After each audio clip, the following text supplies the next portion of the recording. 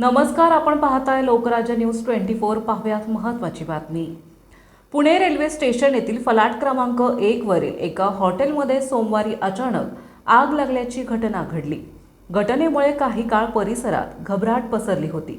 मात्र अग्निशमन दलाच्या तत्काळ हस्तक्षेपामुळे मोठी दुर्घटना टळली। मिळालेल्या माहितीनुसार फलाट क्रमांक 1 वरील खाद्यपदार्थांच्या हॉटेलमध्ये शॉर्ट सर्किटमुळे आग लागल्याचा प्राथमिक अंदाज व्यक्त करण्यात येत आहे।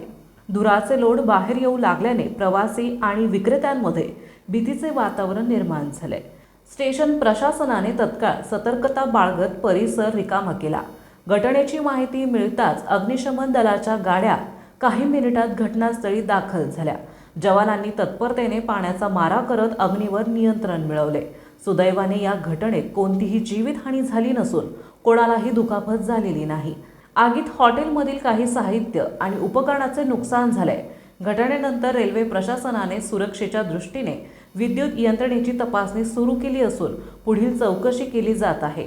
दरम्यान फलाटावरील रेल्वे वाहतूक काही काळ सावधगिरी म्हणून नियंत्रित करण्यात आली होती। मात्र परिस्थिती सुरळीत झाल्यानंतर वाहतूक पूर्ववत करण्यात आली। महाराष्ट्रातील महत्त्वाच्या आणि ताज्या बातम्या पाहण्यासाठी आजच आमच्या लोकराज्य न्यूज 24 न्यूज चॅनलला YouTube वर सबस्क्राईब करा आणि बेल आयकॉन प्रेस करा।